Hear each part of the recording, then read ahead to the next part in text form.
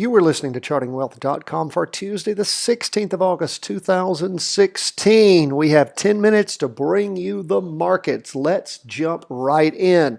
We always start with IYY and our two-day chart. IYY is a total market index fund. In other words, it tracks the whole market. And we see lots of up movement over the last 4 two-day candles. Now, the latest candle is only halfway through completing. That means it's just the first day of a two-day candle.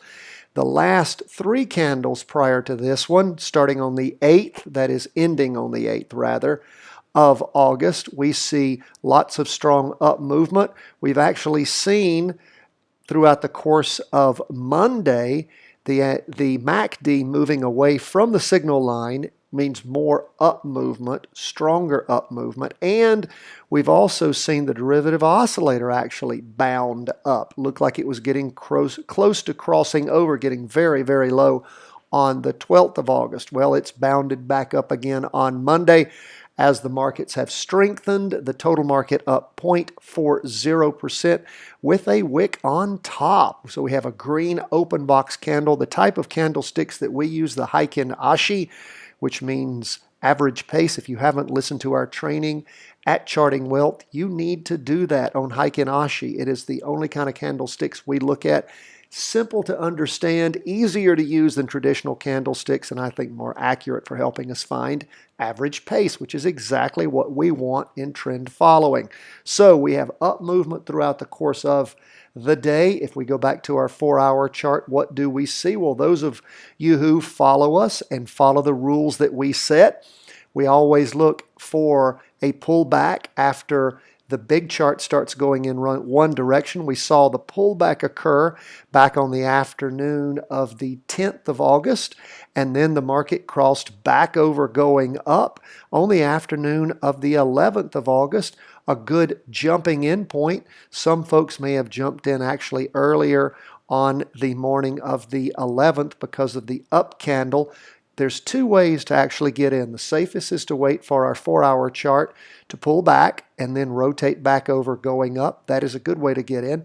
Some of you also wait for pullbacks on the Heikin Ashi candlestick. So if it's an up movement, you look for a pullback on the short chart with a red down, and then when the market starts moving back up again, you jump in, and you may have jumped in somewhere around anywhere from 108 to 109, and of course the market ended up topping out at the high for the day was actually 109.76.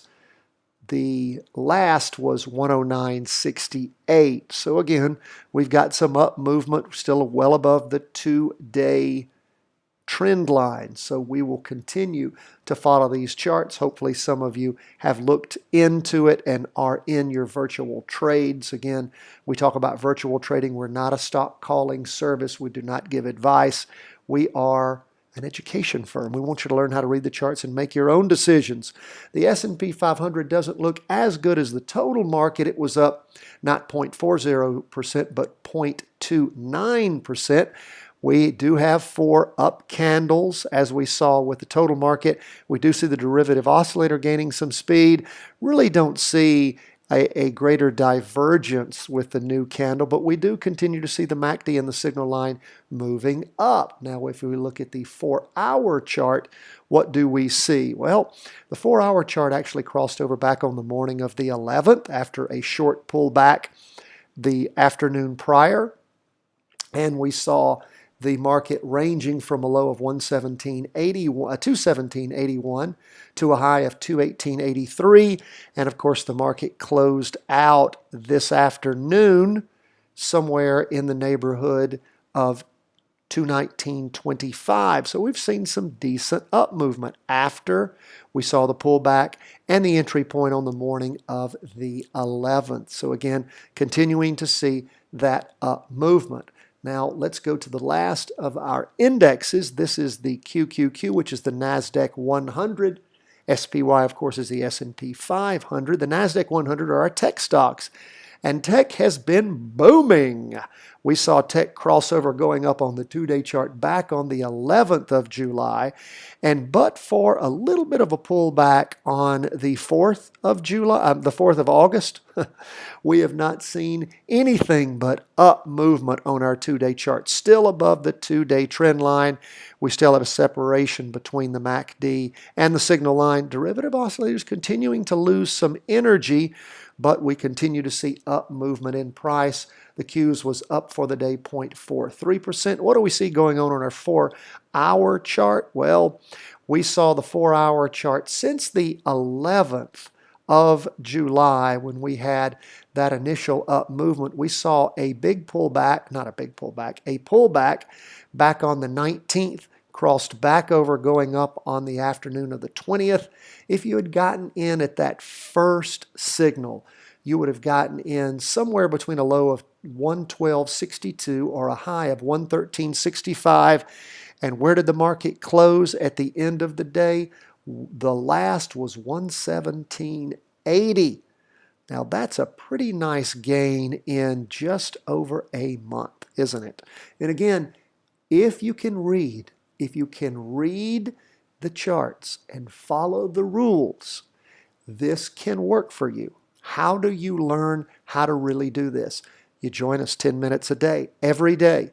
You go to the website, you get the daily worksheet that we put out. You listen to our How to Read a Stock Chart video, and you get the layout that we use at freestockcharts.com. You can get all those by signing up for our newsletter, putting in your first name and your email address, and we will send you all of that information, the links to all three of those things, along with every day our video podcast. Does it get better than that? And it's all free.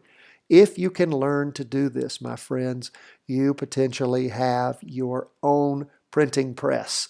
So again, we're not giving you trading advice. We're not giving you stock advice. We're giving you educational material on how to read these stock charts. You practice, you help develop your own knack for doing this.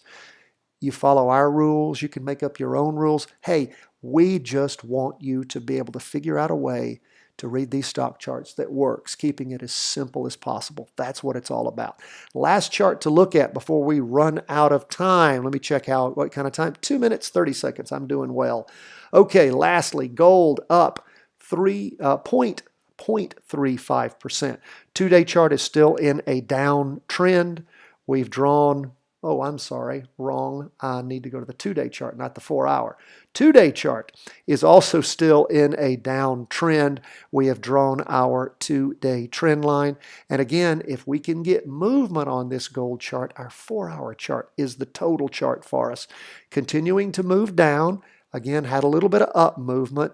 The range, we're not range bound yet, although the range is tightened up. As our Bollinger Band get tighter, that means, of course, volatility is tightening up. So we are looking for a crossover. Again, if you are still trading on a down move on that 4-hour chart, be careful. Just be careful. Once it crosses back over going up, I want you to practice jumping in on gold on an up movement.